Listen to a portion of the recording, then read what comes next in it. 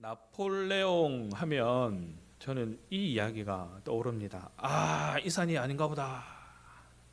혹시 아십니까 그거? 백만 대군을 이끌고 알프스 산맥을 막 열심히 넘어가고 있었습니다. 한겨울에 백만 대군을 이끌고 나폴레옹이 막 산을 막 넘어가고 있었어요. 한 봉우리에 딱 얼었는데 여기가 목적지인 줄 알고 딱 봤는데 거기가 아닌 거예요. 이 산이 아닌갑다. 다시 내려갑니다. 다시 내려갔다가 다른 산인 줄 알고 다시 열심히 막 올라갔는데 올라가서 보니까 아까 그 산인갑다. 결국 많은 병사들이 추위와 배고픔에 지쳐서 전투를 하기도 전에 탈진해서 숨졌다는 이야기, 역사 속에 기록되어 있는 얘기는 아닙니다. 그냥 우스갯소리에 지나지 않습니다. 사실이 아니다는 거예요. 절대 그런 일 없었습니다. 착각하시면 안 돼요. 이게 그냥 리더의 잘못된 선택이 파국을 맞을 수 있다라는 교훈을 주는 유머에 지나지 않습니다. 아무리 나폴레옹이라도 잘못된 선택을 하면 잘못된 결과를 맞이할 수 있다라는 얘기지요. 만약에 나폴레옹의 실수가 첫 번째 탄식, 이 산이 아닌가 보다 여기에서 그냥 마무리되었다면, 어렵게 올라갔던 길이지만 그래도 실수를 인정하고 잘못된 것을 파악해서 다시 그 길을 내려가는 그런 결단력을 높이 평가할 수 있는 그런 예화로 사용되었을 수도 있습니다. 훌륭한 리더의 면모를 가진 사람이다 라고 얘기하면서 이 예화가 사용되어질 수도 있습니다. 상황에 따라서 이 궤도를 수정할 줄 아는 리더의 전형을 보여주는 일화가 되었을 것이다 하는 것입니다.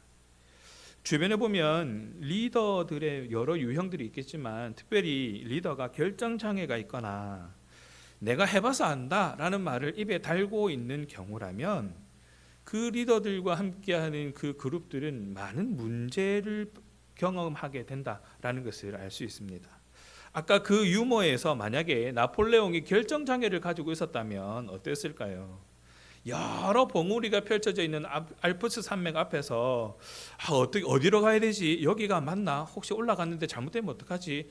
다시 올라가다가 내려오면 그만큼 또 식량도 소비되고 어떡하지 하는 것, 그런 것 때문에 그 올라가기도 전에 아마 백만 대군은 얼어 죽었을지 알 수 없습니다. 이 결정장애라는 게 사실 그렇거든요. 자신의 결정으로 인하여서 만들어진 결과에 대해서 나는 이거 사실 책임질 용기가 없어요 라는 마음이 거기에 깔려 있는 걸 수도 있습니다. 이거 했다가 잘못되면 어떡하지 라는 마음이 바로 그런 거죠. 그거에 대한 결과를 내가 책임지기에는 마음이 너무 무겁다는 게 결정장애인들의 가장 기본적인 마음입니다. 아니면 이런 걸 수도 있어요. 정보가 부족해서 나침반을 들고 나침반을 따라서 가면 되는데 이 나침반이 고장났다거나, 아니면 알프스 산맥 지도를 펼치고 있어야 되는데 저기 로키 산맥 지도를 펼치고 있는 거죠. 그러면 올바른 판단을 할 수가 없습니다. 제대로 된 길을 갈 수가 없는 거지요. 그래서 긍정적이다라고 말하는 사람들이 이렇게도 얘기해요. 자신할 수는 없지만, 확신할 수는 없지만 세상에 100% 확신하며 살아갈 수 있는 일이 얼마나 되겠는가. 그래도 선택해서 일단 올라가 봐야 거기가 맞는지 아닌지, 일단 시도해 봐야 그게 맞는지 틀린지 알 수 있는 거 아니냐. 해보고 후회하는 거랑 안 해보고 후회하는 거랑 선택하라 그러면 나는 차라리 해보고 후회하는 걸 선택하겠다라고 말하는 사람들도 있겠지만, 그래서 차라리 이 나쁜 결정이 결정하지 않는 것보다 훨씬 낫다라고 얘기를 하면서 스스로 위안 삼는 사람들도 많이 있습니다. 물론 당연한 말이지만 정확한 지도를 가지고 있고 정확한 나침반을 가지고 있다면, 그렇게 길을 찾았다면, 합리적인 판단할 수 있도록 상세한 정보가 주어졌다면, 오늘날로 치면 최신식 내비게이션을 가지고 있다면 바른 길을 찾는 것은 어렵지 않습니다. 그 길만 따라가면 되니까요. 하지만 아무런 결정도 내리지 않으면서 구성원들을 방치한다면 그 어떤 것도 이룰 수 없는 것, 아무 일도 일어나지 않는다라는 겁니다. 그러면 내가 해봐서 아는데 라는 말을 늘 달고 다니는 리더들과 함께 일하는 것은 어떻겠습니까? 이 리더들은 그래요. 본인이 내렸던 결정 그리고 판단을 상황에 따라서 수정할 줄 모르는 사람이라는 겁니다. 왜냐하면 자신이 과거에 몇 차례 경험했던 그 성공에 매몰되어 있어서 새로운 도전에 대해서 거부하거든요. 내가 그거 해봐서 안다. 이건 이렇게 해야 된다. 나 그거 해봐서 안다. 이렇게 하니까 실패하더라. 나 그거 해봐서 안다. 됐고 시끄럽고 그냥 내 말만 들으면 돼. 그냥 이것만 가지고 있는 거죠. 유연한 사고를 가지고 주어진 상황에 따라서 올바른 판단을 해야 함에도 불구하고 그거 모르겠고 이거는 무조건 내가 예전에 해봤을 때 이렇게만 하면 되더라 하는 그 고집에만 매몰되어져 있는 것이죠. 물론 실패가 두려워서일 수도 있겠습니다만 전혀 유연하지 않는 사고를 가지고 있기 때문에 이런 사고를 가진 사람들은 오늘날 지금 시대를 살아가면 지금 젊은 세대들하고 이야기를 하다 보면 대표적으로 듣는 얘기가 그거예요. 꼰대다. 더 이상 말이 통하지 않는구나.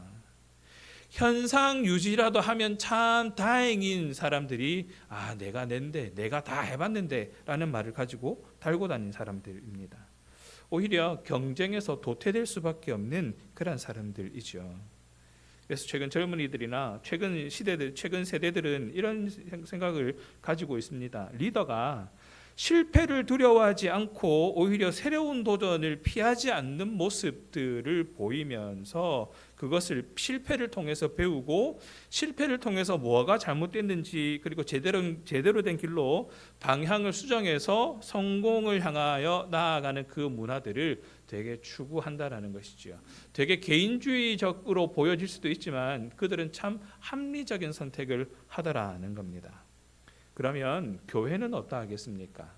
우유부단한 리더, 내가 다 해봤는데 하는 리더, 물론 그것도 우리에게 필수의 부분이긴 하지만 내가 신앙생활하는 데 있어서 나는 이렇게 해야 되나 저렇게 해야 되나 갈팡질팡하는 모습으로 아니면 내가 예전에 다 해봤는데 하는 그러한 마음으로 있는가에 따라서 가만히 있는 것이나 현실에 안주하는 것, 과거의 성공에 매몰되어 있는 것, 실패를 맛보지 않는 안전한 길을 선택하는 그러한 방법일 수도 있겠지만 그래서는 결코 성장할 수 없다라는 겁니다.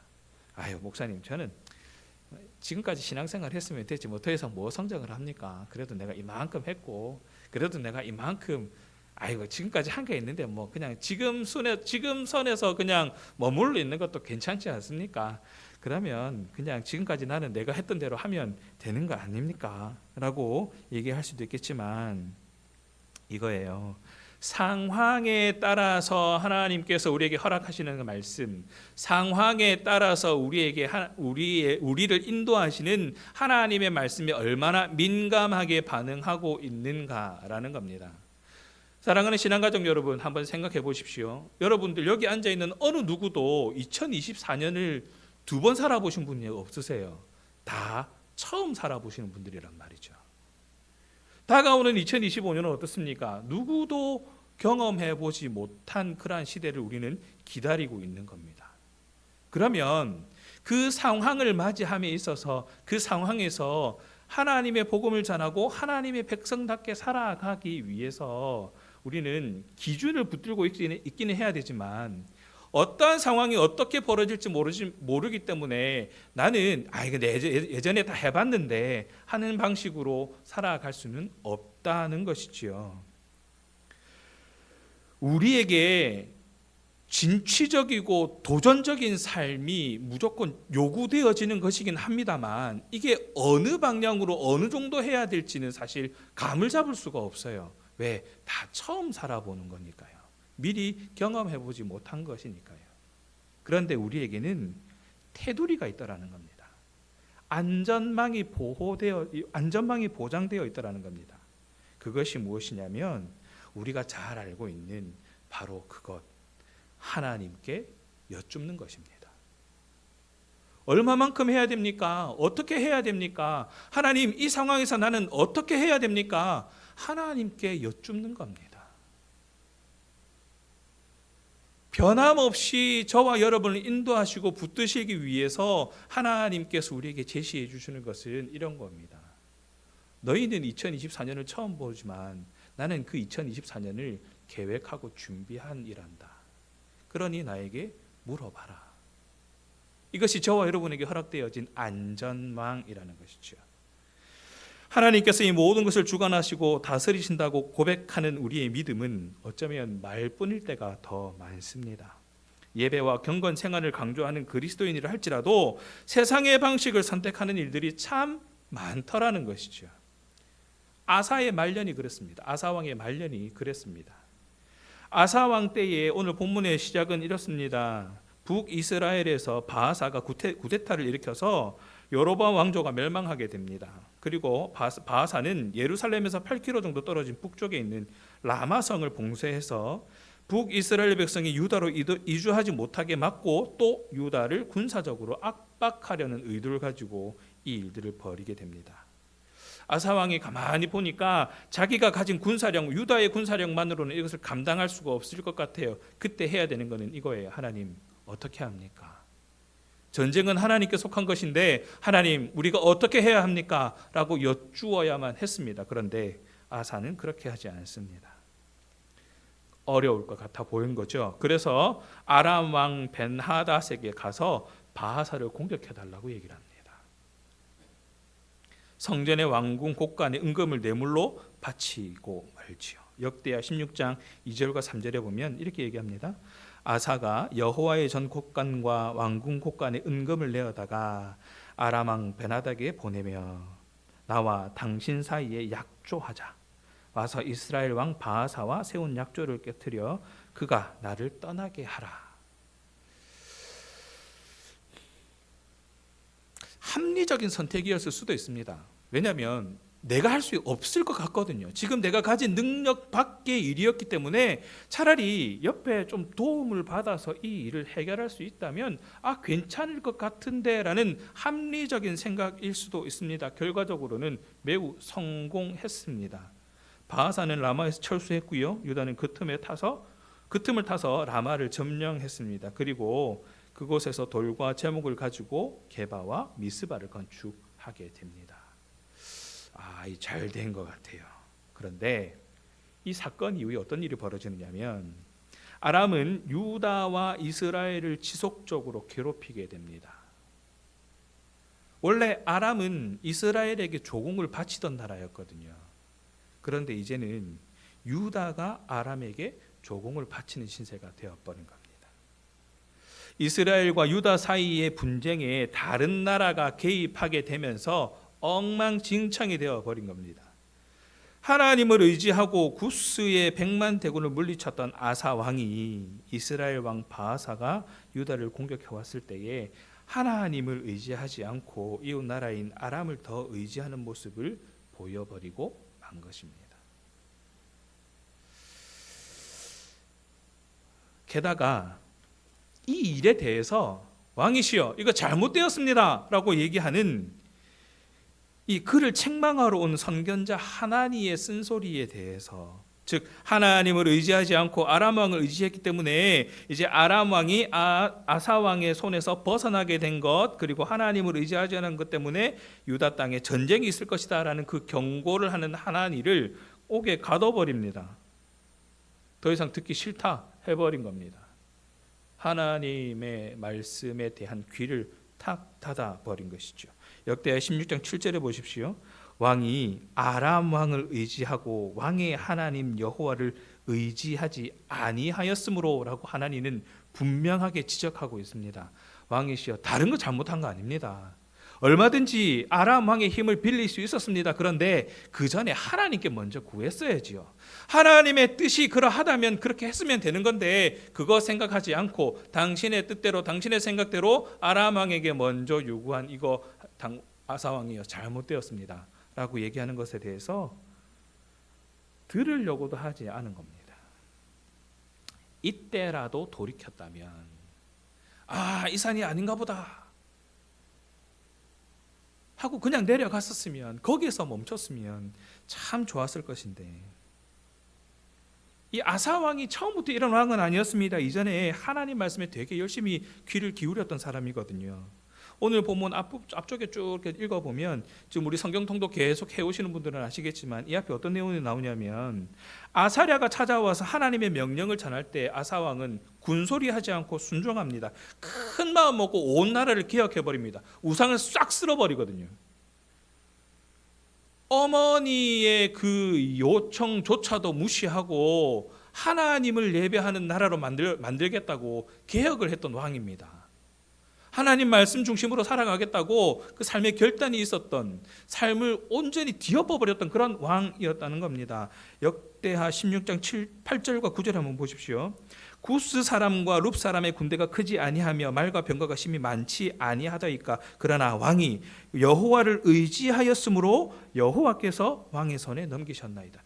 그들이 그렇게 강력한 군대를 가지고 있었지만 왕께서 하나님을 의지하셨으니까 하나님께서 그들을 왕의 손에 넘기지 않으셨습니까? 지금까지 그렇게 해오시지 않으셨습니까? 라고 다시 상기시키는 겁니다. 그런데 9절에 이 일은 왕이 망령되이 행하였은즉 이후부터는 왕에게 전쟁이 있으리라. 왕 하나님께 의지하지 않고 묻지 않고 그냥 자기 생각대로 해버린 왕에게는 이제는 이것은 왕께서 망령되이 행한 것입니다. 잘못한 것입니다. 그러니까 이후부터는 왕에게 전쟁이 있을 것입니다 라고 얘기를 하는 거예요. 이 얘기라도 듣고 그냥 정신 차리고 이 산이 아닌가 보다, 이게 잘못된 거구나 하고 깨달았다면 이런 결과는 나지 않았을 겁니다. 더 이상 하나님의 말씀, 하나님의 쓴소리 앞에서 겸손한 사람이 아니었던 겁니다. 아사 왕은 제일 먼저 하나님 말씀에 귀를 닫으면서 점점 하나님을 떠나게 되었고 점차 몰락하게 되었습니다. 세상의 지혜는 당장 효과가 있어 보입니다. 그러나 결국엔 우리를 나락에 빠뜨리게 합니다. 나락으로 인도하게 됩니다. 나락으로 인도한다는 말이 참 마음 아픈 말이긴 한데요. 우리가 하나님을 떠나기 시작하면, 우리가 하나님의 말씀에 대해 귀를 닫기 시작하면 우리가 걸어가는 그 길은 고든 길일 수가 없다는 것입니다. 불순종은 또 다른 불순종을 낳습니다. 어리석음은 또 다른 어리석음을 낳게 됩니다. 과거에 자기 어머니를 용서하지 않을 정도로 성력 없는 종교개혁을 이루었던 아사 왕이 지금은 그렇지 않더라는 겁니다. 정작 국제정치 앞에서는 그런 믿음과 용기를 발하지 못했던 겁니다. 이런 어리석은 선택을 이어가는 모습이 우리에게도 있지 않은가 한번 점검해 볼 필요가 있습니다. 한번 세상의 지혜를 선택하기 시작한 아사왕은 결국 마지막까지 하나님이 아니라 사람을 의지하는 선택을 하고 맙니다. 아사왕의 발에 병이 들어서 위독한 지경이 되었거든요. 이때라도 하나님 의지하지. 역대하 16장 12절에 이렇게 얘기합니다. 아사가 왕이 된 지 39년에 그의 발이 병들어 매우 위독하였으나 병이 있을 때에 그가 여호와께 구하지 아니하고 의원들에게 구하였더라. 아프면 병원 가야지요. 당연히 아프면 병원 가야지요. 그런데 이 아픔의 원인, 내가 왜 지금까지 무엇을 잘못했는가에 대한 반성이 전혀 없는 겁니다. 그냥 일상적으로 아프니까 그냥 병원 가는 겁니다. 우리는 병원 가면서 그렇잖아요. 하나님, 의사의 손을 통하여서 이 치료의 과정을 통하여서 하나님의 섭리가 드러나게 하시고 하나님의 만지심이 드러나게 하셔서 깨끗하게 나을 수 있도록 도와주십시오. 우리는 기도하는 마음으로 다들 병원 가시잖아요. 그죠? 다들 그러시죠? 아니신 분 몇 분 계시네. 우리가 병원 갈 때는 그런 거예요. 당연히 병원 가는 것 같지만 우리가 병원을 갈 때는 그래요. 하나님께서 허락하신 지혜로 발전되어진 이 의학 기술을 통하여서 이 의사의 손을 통하여 역사하시는 하나님의 만지심이 나에게 치료의 과정이 되어서 내가 깨끗하게 나을 줄 믿습니다라는 그 믿음으로 우리는 병원을 가죠. 근데 아사왕은 지금 그렇지 않는다는 거예요. 하나님은 고사하고 그냥 아프니까 병원 간 거예요. 그러지 말았어야 된다는 겁니다. 물론 이 아사왕은 종교개혁을 위해 유다를 하나님께로 돌리는 업적을 인정받아서 그 죽음이 완전히 비참하다라고 얘기할 수는 없지만 그가 보낸 이 말년, 하나님이 아닌 사람을 의지하는 모습을 보였다라는 사실이 아쉬울 수밖에 없는 겁니다. 그렇게 이 온 나라를 개혁했던 왕인데 우상에 쩌들어 있는 나라를 완전히 뒤집어 엎어가지고 정말 하나님 나라를 하나님을 위한 나라로 만들었던 왕인데 결국에는 이 사람도 그냥 하나님보다는 사람을 의지했던 그런 사람으로 생을 마감한다라는 것. 종교개혁을 실천할 때 아무것도 두려워하지 않았던 그 담대함으로 바하사의 위협에 대처했다라면 얼마나 좋았을까 하는 겁니다. 아사 왕은 잘못된 예배, 주술적 신앙을 타파하는 일은 잘 감당했지만 거기까지였다는 것이죠. 거기서 그치고 말았다는 겁니다. 가장 선했던 왕이 이토록 고집불통이 되었다는 것 자체가 두려운 일입니다. 만약에 아사 왕이 내가 옛날에 다 해봐서 아는데 개혁 내가 해봐서 아는데 내가 나라 뒤집어 엎는 거 내가 해봐서 아는데 그냥 이렇게 하면 돼 하고 자기 고집대로 아무런 소통 없이 하나님의 뜻은 고사하고 자기 뜻대로 계속 그렇게 해왔던 모습들 그렇게 해석되어진다면 저와 여러분에게는 이 큰 도전이 되지 않습니까? 나는 하나님께 얼마만큼 여쭙고 있는가? 우리에게는 그런 거예요. 우리가 가는 이 길이 어떤 길인지 사실 모릅니다. 그래서 매 순간순간 하나님을 의지할 수밖에 없지요. 그렇기 때문에 우리에게는 두려움과 떨림이 있을 수밖에 없습니다. 그러나 그 두려움과 떨림 뒤에 하나님께서 인도하고 계신다는 그 믿음이 뒷받침되어진다면, 그래서 우리가 늘 하나님께 묻고 하나님의 인도하심에 순종하겠다 하는 그런 믿음의 결단들이 있다면 우리의 걸음들은, 우리의 길은 그리 험난한 길이 아닐 수 있다는 것입니다. 구원에는 전적인 하나님의 긍휼이 필요하다는 것은 우리 인정할 수밖에 없습니다. 내가 아무리 노력해도 구원을 얻을 수가 없거든요. 하나님께서 주시는 선물입니다. 아사 왕을 반면교사로 삼아서 시작보다는 끝이 창대하고 아름다운 그런 삶이 되려면 지금 우리가 놓치고 있는 부분들이 있다면 다시 돌이켜야 되는 거예요. 하나님께 여쭙지 않는 부분들이 있다면 우리는 돌이켜야 된다는 겁니다. 하루하루 겸손하게 믿음의 길을 걸어갈 수 있어야 된다는 겁니다. 요즘 그 유행하는 게 마일리지라는 거 있잖아요. 커피숍이나 음식점에 가면 특히 커피숍에 그거 참 잘해요. 음료를 사면 얼마당 쿠폰 한 개씩을 찍어줍니다. 그래서 쿠폰을 찍어 놓으면 차근차근 그 쿠폰을 모으면 언젠가 공짜 음료수가 생기게 되죠.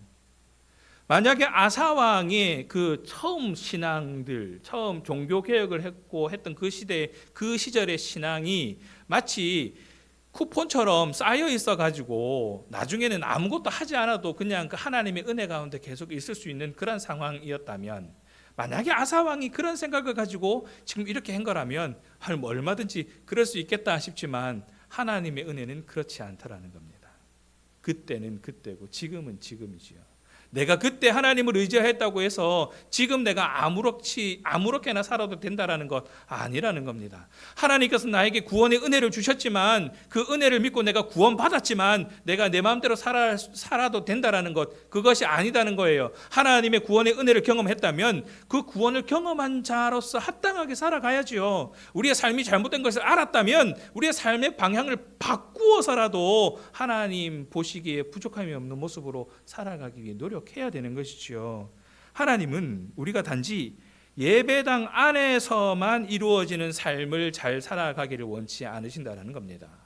예배 시간에 예배 잘 드리고 찬송 잘 드리고 말씀 잘 듣고 기도 잘하고 그냥 그거에서만 멈춰 있기를 원치 않으신다라는 겁니다. 저기 망각의 문을 지나서 세상으로 나아갈 때에 비록 오늘 들은 말씀은 다 잊어버린다고 할지라도 하나님께서 우리의 삶을 주관하고 계시고 우리를 인도하고 계시다는 그 믿음으로 하나님께 여쭙고 하나님의 뜻을 따라가기로 결단하는 그 믿음을 가지고 세상에서 하나님 나라의 백성으로서 합당하게 살아가기를 원하신다라는 겁니다. 마태복음 5장 13절에서부터 16절에 보면 이렇게 말씀하시거든요. 우리가 세상 가운데 흩어져 들어가서 세상을 바로잡는 빛과 소금의 역할을 해야 한다라고 말씀하고 계십니다. 너희는 소금이다. 소금이 그 맛을 잃으면 어디다 쓰겠냐? 그냥 그 밟혀버리는 쓰레기에 지나지 않는다. 빛이 그 빛을 잃어버리면 어디다 쓰겠냐? 너희의 삶은 그러한 삶인데 도대체 어떻게 살아가려고 하느냐? 말씀을 정리합니다. 아사 왕의 행동은 다음과 같은 점에서 잘못된 겁니다. 북왕국 바사왕의 침입 때에 하나님을 의지하지 않았다는 것, 그리고 아람 왕을 의지했다는 것입니다. 그를 책망하는 하나님의 말을 듣지 않고 핍박했던 것입니다. 그리고 발이 병들어 위중했음에도 불구하고 끝까지 하나님께 구하지 않았다는 겁니다. 이 모든 것은 믿음이 없는 행동이지요.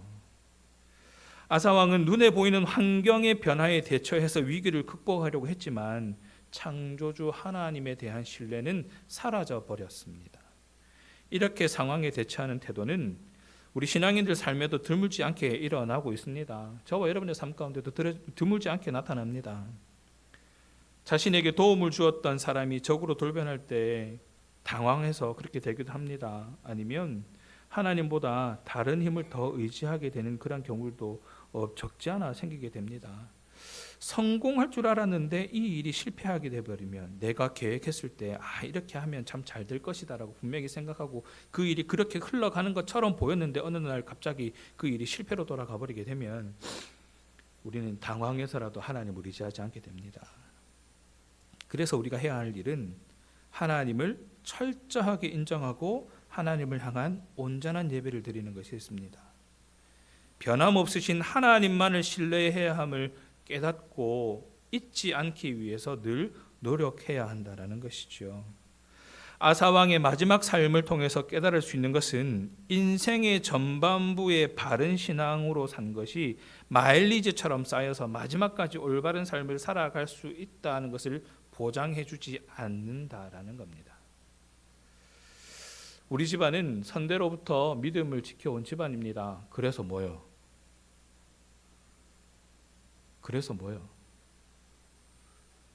우리 집안은 나라 발전을 위해서 그리고 하나님 나라를 위해서 지금까지 이런 일을 했습니다. 그래서 뭐예요? 그게 중요한 게 아니라는 겁니다. 지금 내가 하나님 앞에 어떤 모습으로 서 있는가? 우리는 하나님께 늘 여쭈어야 합니다. 바른 길이 무엇인지 여쭈어야 합니다. 더 나은 선택이 무엇인지 여쭈어야 합니다. 겸손하게 하나님의 뜻을 바라볼 수 있도록 그리고 하나님의 섭리 안에서 결정할 수 있도록 여쭈어야 한다는 것입니다. 데살로니가 4장 1절에 보니까 이런 얘기를 하거든요. 너희가 마땅히 어떻게 행하며 하나님을 기쁘시게 할 수 있는지를 우리에게 배웠으니 곧 너희가 행하는 바라. 저와 여러분에게 주어진 것은 뻔합니다. 그냥 하나님의 뜻대로 살아가면 됩니다. 하나님께서 말씀하시는 대로 살아가면 됩니다. 세상의 방법이 아닌 하나님의 방법대로 살아가기만 하면 됩니다. 어렵지 않습니다. 어렵지 않은 일이 되어야 합니다. 믿음의 연수가 늘어날수록 더 나은 믿음, 더 성숙한 신앙을 가져야 하는데 잘못된 것을 깨달았을 때에 돌이키기만 하면 되는데 안타깝게도 자신의 고집과 매너리즘에 빠져서 아름답지 못한 마지막 모습을 맞이하는 아사왕을 통해서 저와 여러분의 삶을 한번 돌아보시기 바랍니다. 하나님께서 잘못되었다 깨닫게 하시면 바로 돌이키십시오. 그것이 우리에게 필요한 회개입니다. 하나님께 그냥 물어보십시오. 어떻게 하면 됩니까? 우리가 기도하는 이유가 뭡니까? 하나님의 뜻을 알아가기 위해서 기도하는 것 아닙니까? 하나님 내게 이거 주십시오. 내게 이거 주십시오. 안 주면 안 주는 게 응답인 겁니다. 다른 방법으로 주시면 그 다른 게 나에게 필요한 것이지요. 그 믿음 가지고 우리는 계속 구하고 기도해야 하는 것입니다. 아사왕을 보면서 차라리 처음엔 못하더라도 마지막이 아름다웠으면 어떠했을까 하는 생각이 들기도 합니다. 왕이 여호와를 의지했을 때 행하였던 것처럼 말입니다. 끝까지 하나님을 의지하는 삶을 살아가는 저와 여러분 되기를 간절히 바랍니다. 말씀이 삶에 온전히 작용할 수 있도록 말씀을 더 가까이 하는 저와 여러분 되기를 바랍니다. 그리고 우리의 마지막이 하나님이 기뻐하시는 마지막이 될 수 있도록 더 많이 기도하고 더욱 하나님의 긍휼을 구하는 그런 저와 여러분 되기를 간절히 소원합니다.